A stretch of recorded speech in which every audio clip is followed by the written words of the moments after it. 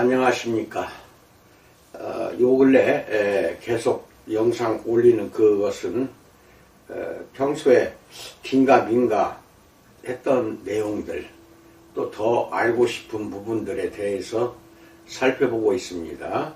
오늘은 그리스도인은 사망에 이르는 죄를 범할 수 있는가에 대해서 알아봅니다. 요한일서 5장 16절 말씀, 누구든지 형제가 사망에 이르지 아니하는 죄에 범하는 것을 보거든 구하라. 그리하면 사망에 이르지 아니하는 범죄자들을 위하여 그에게 생명을 주시리라. 사망에 이르는 죄가 있으니 이에 관하여 나는 구하라 하지 않노라. 이렇게 말합니다. 사망에 이르는 죄가 있으니와 같은 말씀을 들을 때마다 우리는 본능적으로 생각합니다. 나도 그런 죄를 지었을까? 솔직해집시다.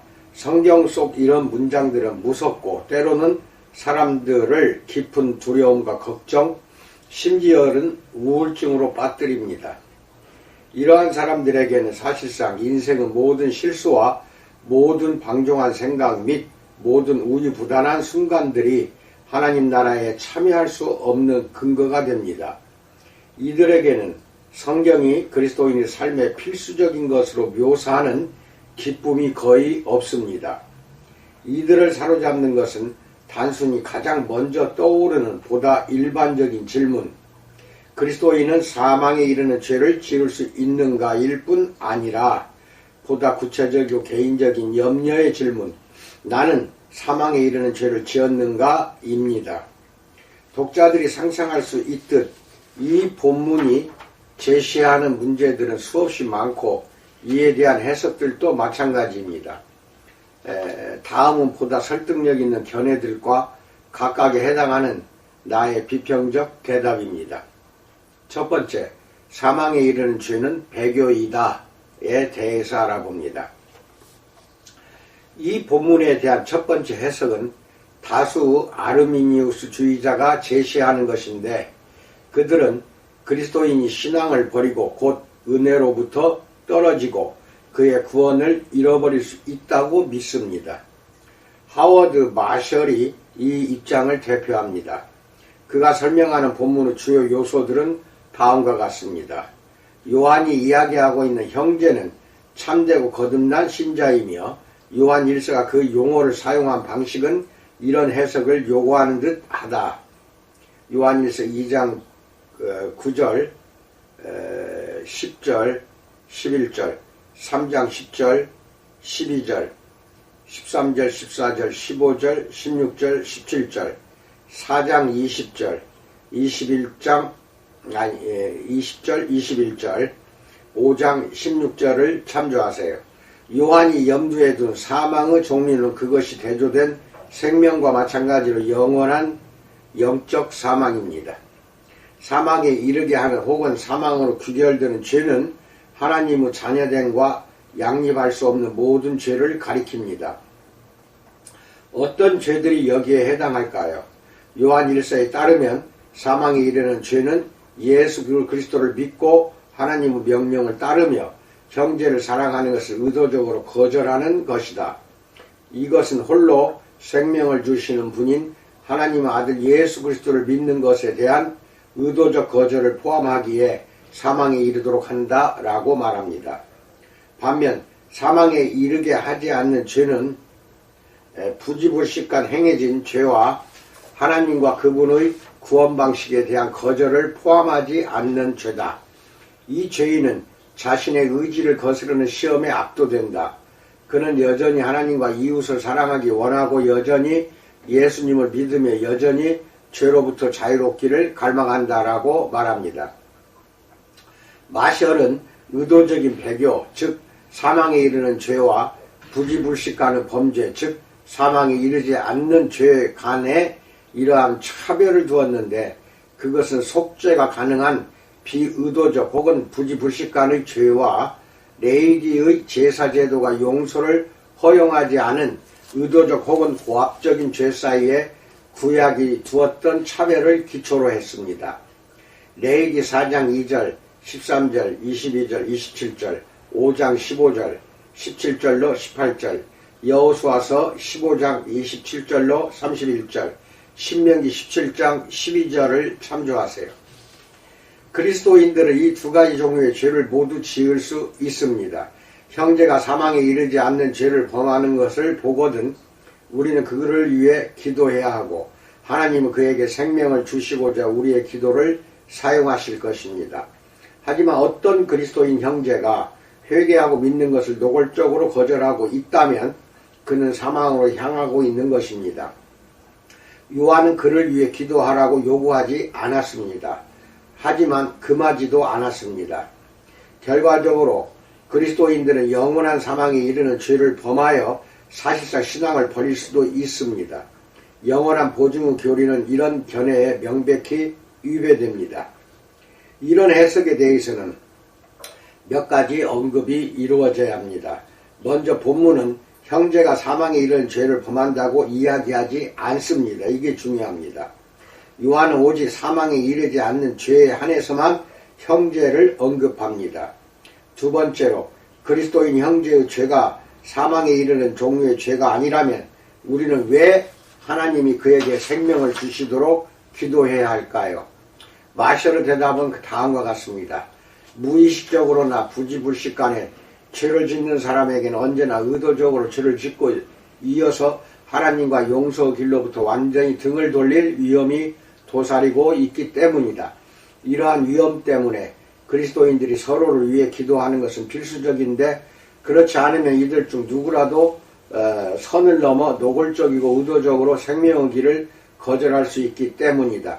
우리가 죄를 회개한다면 용서받지 못할 종류의 죄는 없다. 우리는 우리 형제들이 이들의 모든 죄를 회개하도록 기도해야 한다. 우리가 그렇게 할 때 하나님은 우리의 기도를 들으시겠다고 약속하셨다라고 말합니다. 하지만 요한은 이 형제가 그런 선을 곧 넘게 될 것이라고 이야기하지 않았습니다. 사실 그 반대입니다. 하나님이 생명을 주시겠다고 약속한 사람은 사망에 이르는 죄를 범하지 않는 형제입니다. 더욱이 신약의 저자들 중 사도 요한만큼 영원한 보증에 대한 강한 확신을 가지고 그것을 자주 긍정했던 인물을 떠올리기는 어렵습니다. 요한복음 6장 37절로 44절, 10장 11절로 18절, 27절로 30절, 17장 1절로 2절, 7절로 12절, 요한일서 5장 18절 읽으세요. 다른 본문들 역시 마셔의 주장을 부인합니다.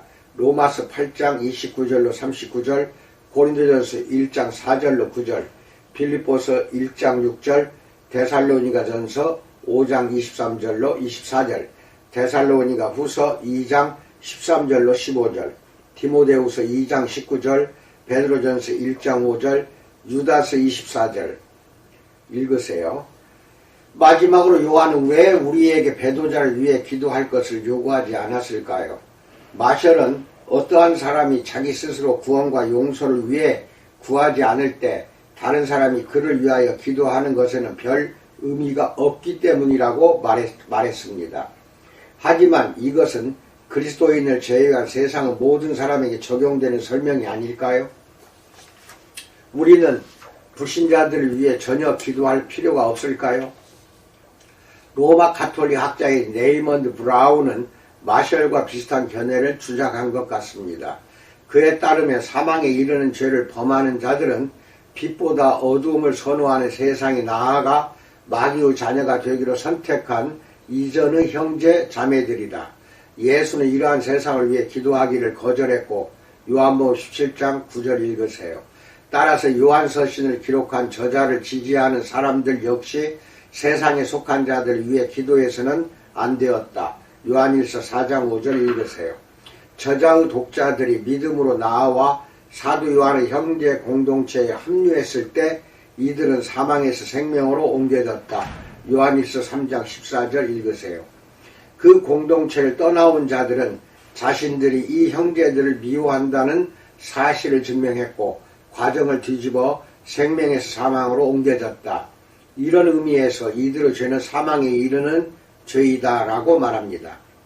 하지만 이후 각 주에서 브라운은 멈칫거리며 저자가 이들에게 애초에 생명이 있었다고 인정했는지는 분명치 않다고 말했습니다. 그에 따르면 그 공동체를 떠난 자들이 처음부터 정말로 그곳에 속해 있었던 것은 아니기 때문이다 라고 말합니다. 요한일서 2장 19절. 스티븐 스몰리는 여러 가지 면에서 마셜과 동일한 입장을 주장했습니다. 요한이 그의 독자들이 하나님의 아들들로서 빛 가운데 걸어갈 것을 기대했지만 지금 믿고는 있지만 이단적 성향을 띤 일부 공동체 구성원들의 배교서 가능성을 무시한 것은 아니다. 우리는 요한이 사망에 이르지 않는 죄의 가능성은 신자들에게 두었고 사망에 이르게 하는 죄는 반그리스도인인 비신자들이나 반그리스도인이 되어버린 신자들과 결부시켰다고 결론 내릴 수 있다라고 말합니다. 두 번째, 성령 모독죄에 대해서 알아봅니다. 사망에 이르는 죄가 성령 모독죄라고 이야기하는 사람들도 있습니다. 이러한 견해의 가장 유능한 지지자는 존 스토트입니다. 그의 주장은 다음과 같습니다. 요한이 이야기하는 형제는 남성 그리스도인이 아니다. 형제라는 용어는 넓은 의미에서 이웃이나 명목상 그리스도인 또는 형제임을 자처하지만 실제로는 가짜에 지나지 않는 교회 구성원이라는 의미로 사용되었다라고 말합니다. 그는 이 용어가 이렇게 폭넓게 사용된 예로서 요한일서 2장 9절로 11절에 호소한다. 또한 이미 영원한 생명이 있는 그리스도인에게 요한일서 3장 14절 어떻게 요한이 주장하는 것처럼 생명이 주어질 수 있다는 걸까요? 어떻게 살아있는 사람에게 생명을 줄 수 있을까요? 이 사람은 그리스도인이 아니다. 그리스도인들은 죄에 빠져도 사망으로는 떨어지지 않기 때문이다 라고 말합니다. 스토트는 요한이 이야기하는 생명과 죽음 모두가 본질상 영적이고 영원하다는 데에는 마셜과 입장을 같이 했습니다. 하지만 16절에 등장하는 사람은 둘 다 그리스도인이 아닙니다. 16절 후반부에 등장하는 사망에 이르는 죄를 범하는 사람은 16절 상반부의 형제와 마찬가지로 신자가 아닙니다. 그는 요한이 독자들에게 이제껏 경고해온 거짓 교사들, 곧 종국에는 교회를 떠나는 가짜 그리스도인들 중 하나일 확률이 높습니다. 요한일서 2장 19절 읽으세요. 사망에 이르는 죄는 성령 모독죄, 마태복음 12장 22절로 32절 성령 모독죄로서 의도적, 고의적, 지속적으로 예수 그리스도를 거절하는 것입니다. 따라서 사망에 이르는 죄는 단 한 번의 죄가 아니라 죄의 굳어진 상태입니다. 이것은 복음서가 알려주는 그리스도의 주장들을 고압적으로 완강하게 거절하는 것입니다. 요한이 성령을 모독하는 자를 위해 기도하는 것을 금한 것은 아니지만 권하지도 않았습니다. 하나님께서 그 기도를 들으실지 확신할 수 없었기 때문입니다. 여기서도 논해야 할 문제가 몇 가지 있습니다. 먼저 불가능한 것은 아니지만 나는 여기서 요한이 비그리스도인을 형제로 칭했을 확률은 거의 없다고 생각합니다. 대부분의 주석가 역시 동의하는 바입니다. 두 번째로 16절의 두 사람 모두가 비그리스도인, 곧 예수 그리스도의 복음을 거절하고 믿지 않은 사람들이었다면 우리는 어떻게 누가 사망에 이르지 않는 죄를 범했고 누가 사망에 이르는 죄를 범했는지 알 수 있는가요? 비신자와 이른바 마음이 굳어진 비신자를 어떻게 구분하여 후자가 아닌 전자를 위해 기도할 수 있겠는가요? 요한이 언제 기도하고 언제 기도하지 말아야 할지에 대해 우리에게 지침을 주고자 했더라도 그는 평소와 달리 그 점에 대해서는 분명하게 말하지 못했습니다. 세 번째로 스토트의 견해는 모든 해석의 걸림돌이 되는 한 가지 문제에 직면합니다. 16절을 바로 앞의 문맥 14절로 15절을 고려하여 읽으면 우리는 요한이 언제나 응답된다고 여겨지는 특정한 종류의 기도를 묘사하고 있다는 인상을 받습니다. 다른 말로 하면 사망에 이르지 않는 죄를 지은 형제를 위한 기도는 언제나 하나님의 뜻에 합당하다는 것입니다. 결과적으로 요한은 하나님이 이러한 기도에 응답하셔서 정도를 벗어난 형제에게 생명을 주신다고 확신합니다. 이것이 사실이라면 이것은 믿기 어려운 사실을 암시합니다. 우리가 위하여 기도하는 모든 비그리스도인이 사망에 이르는 죄를 짓지 않았다고 가정할 경우 그들이 구원받고 영원한 생명을 얻을 것이기 때문입니다. 형제가 그리스도인을 지칭한다고 해석할 때도 문제는 여전히 남아 있습니다. 이 경우에는 죄를 범한 그리스도인을 위해 우리가 기도한다면 그가 회복되고 새로워질 것을 암시하기 때문입니다. 하지만 이것은 기도의 성경은 나머지 부분이 허용하는 것보다 더 많은 능력을 부여합니다. 경험이 최종 권위일 수는 없지만 경험에 비추어 보아도 우리가 중보하는 모든 신자가 다 반응하고 회개하는 것은 아닙니다. 또한 사망에 이르는 죄를 범한 사람은 어떤가요? 스토트의 견해에 따르면 요한은 그를 위해 기도할 것을 권하지 않는데 그러한 기도가 응답된다고 확신할 수 없었기 때문입니다. 스토트가 주장하는 대로 사망에 이르는 죄가 성령 모독죄라면 이런 죄를 범한 사람은 그가 누구든 절대 구원받지 못할 것입니다. 하지만 사망에 이르는 죄를 범한 사람에게 생명을 주는 것이 결코 하나님의 뜻이 아니라면 요한은 왜 그를 위해 기도를 더욱 분명하게 금하지 않은 것일까요? 실제로 요한은 그를 위한 기도를 요구하지 않았지만 그런 기도를 금하지도 않았습니다. 하지만 만일 그가 범한 죄가 정의상 즉 스토트 견해에서 용서받을 수 없는 것이었다면 그는 왜 기도를 금하지 않은 것일까요? 도널드 버딕은 모든 구체적인 내용에 있어 스토트와는 동의하는 것은 아니지만 그는 형제를 신자로 보았습니다. 하나님이 사망에 이르는 죄를 범한 이를 위한 기도를 들어주시지 않는 이유로 다음을 제시했습니다. 죄인의 완강한 의지는 꺾이지 않을 수도 있다. 하나님은 주권적이시지만 그러한 의지를 강제하지 않기로 따라서 자신의 형상대로 창조한 인격의 온전함을 해치지 않기로 선택하신다라고 말합니다. 하지만 죄인이 회심하도록 하는 하나님의 효과적인 은혜는 강제하지 않고 설득합니다. 여전히 더 중요한 질문은 만일 버딕의 주장이 유효하다면 이것이 왜 사망에 이르지 않는 죄를 범한 형제에게는 적용되지 않느냐 하는 것입니다. 우리는 왜 사망에 이르지 않는 죄를 범한 형제에 대한 하나님의 역사가 사망에 이르는 죄를 범한 사람에 대한 하나님의 역사보다 덜 강제적이거나 그의 인격의 온전함을 덜 해친다고 생각해야 할까요? 죄는 사람이 그의 의지로 행하는 완강하고 반항적인 행위이며 이는 신자와 비신자를 불문하고 죄를 범하는 모든 사람에게 사실입니다. 버딕이 염려한 이른바 강제 혹은 해침은 그것을 정도나 강도와 상관없이 여전히 강제와 해침입니다. 이런 문제를 피한 한 가지 방법은 요한이 사망에 이르는 죄를 범하지 않은 형제들에게 생명을 주시는 것이 하나님이 보통 원하시는 일이라고 이야기했다고 이해하는 것입니다. 따라서 우리는 그런 목적을 위해 기도해야 합니다. 16절 상반부의 언어는 무조건적인 듯 하지만 그런 기도에 응답하는 것이 언제나 하나님의 뜻이라는 보장은 없습니다.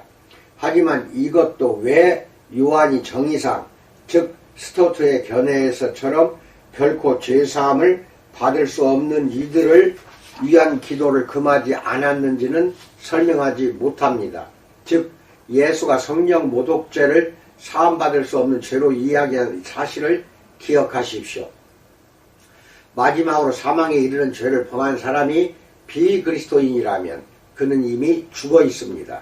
그렇다면 그가 의도적이고 지속적으로 죄를 짓는다면 곧 성령을 모독한다면 죽을 것이라는 요한의 말은 어떤 의미일까요?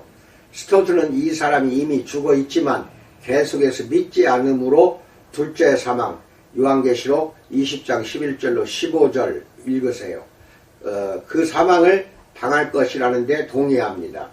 영적으로 이미 죽어 있지만 그는 영원히 죽게 될 것이다 라고 말합니다. 세 번째, 내부의 죄와 외부의 죄에 대해서 알아봅니다. 이 세 번째 견해는 이름을 붙이기가 어렵습니다. 마셜과 스토트의 견해 사이 중간 정도 입장이라고 볼 수 있습니다. 가장 설득력 있는 옹호자인 데이비드 숄러입니다. 숄러는 형제가 남성 그리스도인이고 사망이 본질상 영적이고 영원하다는 데에는 마셜과 입장을 같이 합니다. 또한 그는 사망에 이르는 죄가 요한일서 자체로부터 파악되고 정의되어야 한다는 데에도 마셜과 동의합니다. 그 죄는 주로 형제를 미워하고 예수가 그리스도임을 부인하는 것을 포함합니다. 하지만 마셜과 달리 그는 신자들은 사망에 이르는 죄를 짓지 않는다라고 주장합니다. 숄러는 본문 어디에도 참된 신자 곧 형제가 사망에 이르는 죄를 범한다는 이야기가 전혀 없음을 강력히 주장합니다. 신자들은 죄를 짓지만 그 죄는 사망에 이르지 않는 죄이고 요한일서 1장 8절 2장 1절 읽으세요. 기독교 공동체는 그들을 위해 중보해야 합니다. 하나님은 이런 죄를 범한 그리스도인들을 위한 기도를 사용하셨어. 이들이 그리스도 안에서 이미 가지고 있는 생명을 새롭게 하시고 재확인해 주실 것입니다. 요한일서 3장 14절 읽으세요. 요한의 주된 관심은 믿지 않는 외부인들의 죄, 곧 사망에 이르는 죄가 아닙니다. 따라서 이 말씀의 목적은 그것을 위해 누군가 기도할 수 있도록 하기 위함이 아닙니다. 숄러에 따르면 이러한 문제에 관해 기도가 전적으로 금지된 것은 아니며 사망에 이르는 죄를 범한 사람이 영원히 믿음의 공동체의 일원이 될 수 없다는 이야기도 아닙니다. 하지만 요한일서 전반에서 걸쳐 믿음 공동체와 믿지 않는 세상 사이에는 철저한 분리가 존재하고 따라서 믿지 않는 세상을 위한 기도는 일반적이거나 효과적인 실천일 수 없다라고 말합니다. 이어서 숄러는 요한일서 3장 6절 9절 5장 18절을 5장 16절로 17절에 비추어 해석합니다. 간단히 말해 그리스도인이 범할 수 없는 죄는 일반적 의미에서의 죄의 실천이나 죄의 지속을 지칭하지 않는다. 신자가 범할 수 없는 죄는 정확히 말해 사망에 이르는 죄, 곧 신자들을 미워하고 예수를 부인하는 죄다라고 말합니다. 이 견해를 뒷받침하기 위해서는 16절의 마지막 문장을 다르게 표현해야 됩니다. 영어 성경 NASB와 NIV는 이 구절을 이에 관하여 나는 구하라 하지 않노라 라고 번역했습니다. 이러한 번역을 보아서는 요한이 사망에 이르는 죄에 대하여 혹은 그런 죄를 범한 이를 위해 기도할 것을 권하지 않은 것처럼 보입니다. 숄러는 이 구절을 다르게 번역합니다. 내가 그것 곧 사망에 이르는 죄에 대하여 이야기하는 것은 너희가 기도하도록 하기 위해서가 아니다 라고 말합니다. 다른 말로 하면 요한의 목적은 사망에 이르는 죄와 그 죄를 범한 사람에 대한 기도를 요청한 것이 아닙니다. 그런 기도가 다른 정황과 다른 때에는 합당할 수도 있습니다. 하지만 그가 여기서 이야기하고 독자들에게 기도를 부탁하는 것은 신자들의 죄, 곧 사망에 이르지 않는 죄에 대해서입니다. 요약하자면 사망에 이르는 죄는 주로 신자들을 미워하는 것, 즉 요한이 살인이라고 부르는 것과 예수를 고백하지 않는 것, 즉 요한이 거짓말로 부른 것을 포함합니다. 신자들은 이 죄를 범할 수 없습니다. 정의상 이것이 그를 불신자로 만든다는 단순한 이유 때문입니다. 신자들은 사망에 이르지 않는 죄를 범하는데 그 죄는 형제를 미워하거나 예수를 부인하지 않으면서 하나님과의 사귐을 깨는 것입니다. 1장 6절 2장 1절 읽으세요. 사망에 이르는 죄는 파괴적이고 이단적인 외부인들의 죄입니다. 결과적으로 요한이 여기서 염두에 둔 것은 이들이나 이들의 죄가 아닙니다. 그의 관심은 내부인들, 곧 믿음의 공동체에 속한 신자들의 죄에 있었습니다. 이 견해에는 추천할 내용이 많습니다. 먼저 이 견해가 사망에 이르는 죄의 의미를 요한일서 자체에서 찾을 뿐 아니라 형제와 사망을 이 용어들이 이 서신에서 사용된 방식에 어울리게 해석한다는 점입니다. 두 번째로 이 견해에는 사망에 이르는 죄를 불신자들에게로 제한하는 이점이 있습니다. 스토트 해석과 비슷하게 이 불신자들의 죄의 결과인 사망은 두 번째 사망, 곧 영원한 사망입니다. 세 번째로 숄로우 해석은 요한일서 내에서 문제가 되는 다른 본문들, 곧 하나님으로부터 난 자는 죄를 범할 수 없다고 주장하는 본문들에 대해서도 설득력 있는 해결책을 제공합니다. 요한일서 5장 16절로 17절에 비추어 5장 18절, 즉 문자적으로는 하나님으로부터 난 자는 죄짓지 않는다를 읽을 때 18절을 하나님으로부터 난 자는 누구도 사망에 이르는 죄를 지을 수 없다라는 뜻으로 무리 없이 받아들일 수 있습니다.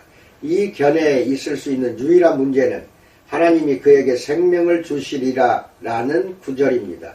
이것의 의미가 그에게 이미 있는 생명을 새롭게 하고 재확인해 주실 것이라고 이야기하는 것은 요한일서 내에서 분명한 병행이 부족할 뿐 아니라 내가 알기로 신약의 다른 부분에서 바로 이렇게 표현한 경우는 없습니다. 하지만 다른 해석들이 직면하는 여러 어려움을 고려할 때 이 한 가지 문제는 비교적 미미합니다. 네 번째, 육체적 사망에 대해서 알아봅니다. 벤자민 워필드의 해석에는 세심한 관심을 기울일 만한 가치가 있다. 워필드는 두 가지 부분에서 마셜과 의견을 같이 합니다. 이 형제는 그리스도인이고 그가 사망에 이르는 죄를 범하는 것은 가능합니다.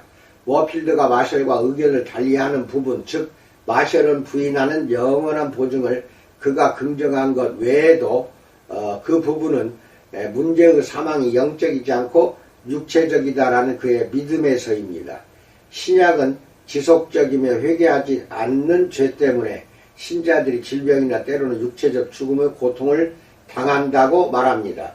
사도행전 5장 1절로 11절, 고린도전서 5장 5절, 11장 29절로 30절, 야고보서 5장 14절로 15절, 19절로 20절을 참조하세요. 워필드 해석에 따르면 이 형제는 자신의 육체적 생명을 위험에 빠뜨릴 만한 방식으로 죄를 짓고 있지 않았고 또한 그리스도인이었기 때문에 이미 영적인 생명을 가지고 있었습니다. 그렇다면 우리의 기도에 응답하여 하나님이 그에게 생명을 주신다고 요한이 말한 것은 어떤 의미에서일까요? 워필드는 다음과 같이 기록했습니다. 생명을 준다는 것은 생명의 시작보다는 생명을 유지하거나 온전하게 하는 것이라고 볼 수 있다. 자신의 특권에 미치지 못한 상태로 살고 있는, 곧 이미 받은 생명이 힘이 없거나 연약하게 나타나는 사람이 우리의 기도로 새로운 생명의 자극 있는 능력을 받아 그리스도인으로서 마땅히 살아야 할 삶을 살게 되는 것이다. 지금까지는 비록 영원한 죄인은 아니더라도 죄인의 것으로밖에 표현될 수 없는 수준에서 살던 사람이 우리의 기도를 통해 생명의 새로움을 얻게 되는 것이다 라고 말합니다. 어떤 죄가 사망으로 인도하고 어떤 죄는 그렇지 않다는 사실을 이야기하면서 요한은 우리가 그것을 위해 기도해야 하는지를 결정짓기 위해 다른 신자들의 삶을 평가하는 기준은 제공하지 않습니다. 그는 이 두 가지 종류의 죄를 구분하는데 이것은 단순히 우리의 어떤 기도가 응답되고 어떤 기도는 응답되지 않는지에 대한 이유를 설명하기 위해서입니다. 다음은 워필드의 설명입니다. 그는 단순히 우리가 보는 바 공동체 안에서 죄를 짓는 사람들 중에는 사실 사망에 이르는 죄를 짓는 이들도 있고 그렇지 않은 이들도 있으며 우리의 기도가 사실은 한쪽에는 유익이 되지만 다른 한쪽에는 그렇지 않다는 사실을 이야기하고 있다. 사망에 이르는 죄를 짓는 이들이 누구인지 우리는 어떠한 경우에도 알 수 없다. 요한은 우리가 그것을 안다고 생각하지 않았다. 다만 죄를 범한 형제들을 위해 기도할 것을 촉구하고 우리의 기도에 대한 응답, 곧 이들을 위한 생명의 선물을 약속하면서 그는 우리의 강구가 도움이 되지 못할 사람들도 있음을 경고해 준다. 하지만 이것을 경고하는 이유는 우리가 이 불행한 자들을 위해 기도하지 말아야 하기 때문이 아니라 이들을 위한 우리의 기도가 실패할 경우에 대해 준비시키기 위함이다라고 말합니다. 워필드에 따르면 어떤 죄인도 우리의 기도에서 제외되어서는 안 된다는 점은 16절에서 요한이 사용한 두 개의 그리스어 사이의 차이점을 주목할 때 증명됩니다. 즉 영어 NIV 성경은 두 단어를 모두 하나의 영어 단어 기도하라 프레이로 번역했지만 ESV는 첫 번째 단어를 구하라 ask, 두 번째 단어를 기도하라 프레이로 번역했다라는 것도 참고하세요. 구하라로 번역된 16절 상반절의 단어는 진실한 그리스도인의 기도를 지칭합니다. 하지만 마찬가지로 구하라 라고 번역된 16절 하반절의 단어는 중보기도를 가리키지 않습니다. 오히려 그 단어는 토론이나 토의를 목적으로 한 질문과 정보 요청을 의미합니다. 두 단어에 대한 이러한 이해가 정확하다면 이제 이 본문에는 우리의 기도로부터 한 종류의 죄인들을 제외해야 한다는 표면적 의미조차 남아있지 않다. 반대로 이 본문은 사망에 이르는 죄가 존재하지만 이것이 우리가 기도하기에 앞서 염려하며 질문해야 하는 문제가 아니라 이것을 하나님께 맡기고 우리 자신은 우리가 볼 때 죄악된 삶을 살고 있는 모든 형제를 위해 기도해야 함을 분명히 요구한다라고 말합니다. 따라서 이 본문의 목적은 우리에게 사망에 이르는 죄가 무엇인지, 누가 그 죄를 범했는지 혹은 범하지 않았는지를 결정지을 임무를 지우는 것이 아닙니다. 이 사도의 메시지는 죄가 치명적이기에 우리에게 생명이 있다면 그것을 피해야만 한다는 것입니다. 그러므로 서로를 위해 기도함으로써 형제들을 돕자. 우리가 중보하는 그 형제의 죄가 사실상 사망에 이르는 죄라면 우리의 기도는 응답되지 않을 것이다. 그의 죄가 그를 우리의 기도로 회복될 수 있는 지점 너머로 데려갔기 때문이다. 하지만 그의 죄가 사망에 이르는 죄인지 우리는 기도에 앞서 알 수 없다. 반대로 우리가 중보하는 형제의 죄가 사실상 그의 육체적 생명을 위험에 빠뜨릴 정도로 충분히 심각하고 지속적인 것이 아니라면 하나님은 우리의 기도를 들으셔서 이 형제에게 일상의 삶에서 그리스도와 함께하는 온전한 기쁨과 영적 활력을 회복시켜 주실 것이다. 하지만 다시 한번 말하지만 우리는 그의 죄가 사망에 이르는 죄가 아니라는 것을 우리가 기도하기 전에는 알 수는 없다. 워필드의 해석은 흥미롭지만 다른 해석들과 마찬가지로 몇 가지 반대에 부딪힙니다. 먼저 사망이 육체적 사망, 곧 정도를 벗어난 신자에 대한 하나님의 징계를 의미할 확률은 낮습니다. 숄러는 요한 1서에서의 사망이 신자가 되기 전, 즉 생명으로 옮겨지기 전의 상태임을 우리에게 상기시킵니다. 3장 14절 참조하시고 요한복음 5장 24절도 참조하세요. 형제들 곧 신자들을 사랑하지 않는 자는 사망에 머물러 있다. 3장 14절 사랑하지 않는 자들 즉 비신자들 3장 9절로 10절 4장 7절로 8절 비신자들은 하나님께 속하지 않고 3장 10절 어둠에 있으며 2장 11절 1장 5절 하나님을 알지 못한다. 4장 8절 4장 7절 따라서 사망에 이르는 죄는 하나님과의 사귐이 완벽히 결여되었음을 의미합니다. 물론 그렇다고 해서 요한이 그의 초점을 영적인 사망에서 육체적인 사망으로 옮겼다는 견해가 불가능하다는 말은 아니지만 그렇게 했을 개연성은 낮아 보입니다. 두 번째로 워필드에 따르면 우리가 기도하기 전 형제의 죄가 사망에 이르는 것인지 아닌지를 알 수 있다고 이야기하는 것은 요한의 의도가 아니었다. 우리는 기도해야 하고 만일 그의 죄가 사망에 이르는 것이 아니라면 하나님은 우리의 기도에 응답하실 것이다. 만일 사망에 이르는 것이라면 우리의 기도는 실패할 것이다. 하지만 이것은 완전히 애매모호한 표현은 아니라고 해도 너무나도 미묘한 말처럼 들립니다. 16절을 있는 그대로 읽는다면 우리가 중보해야 하는 형제는 사망에 이르지 않는 죄를 범하고 있는 것으로 보이는 형제입니다.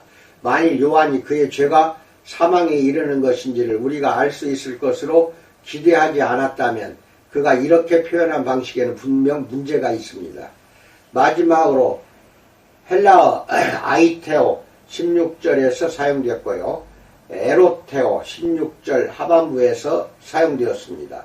이것을 뚜렷하게 구별하는 것이 유효한지에 대해 의구심을 갖는 이들도 있습니다.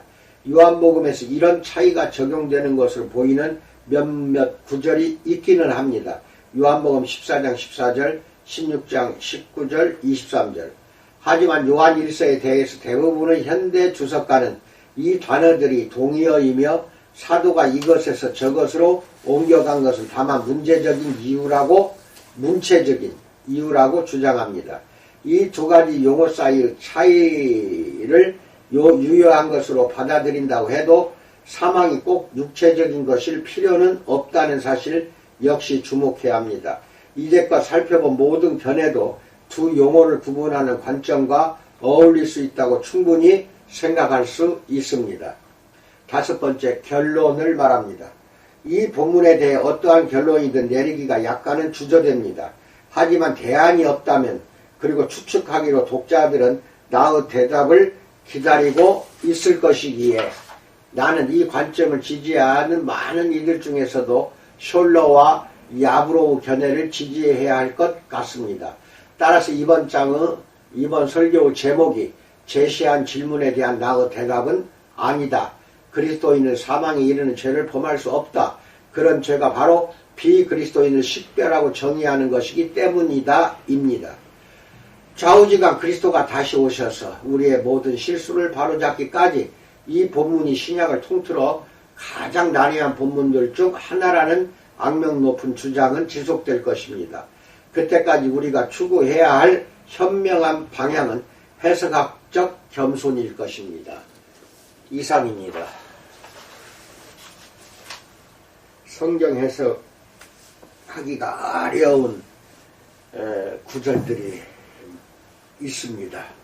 그 구절들을 해석할 때는 겸손히 하셔야 되고 여러 가지 주석가들의 견해 그리고 여러 가지 책이나 이런 것들을 통해서 연구하고 끊임없이 여러분이나 나는 그 구절을 해석하기에 성령의 도움을 구해야 할 줄 믿습니다. 오늘도 건강한 하루 보내시기 바랍니다. 감사합니다.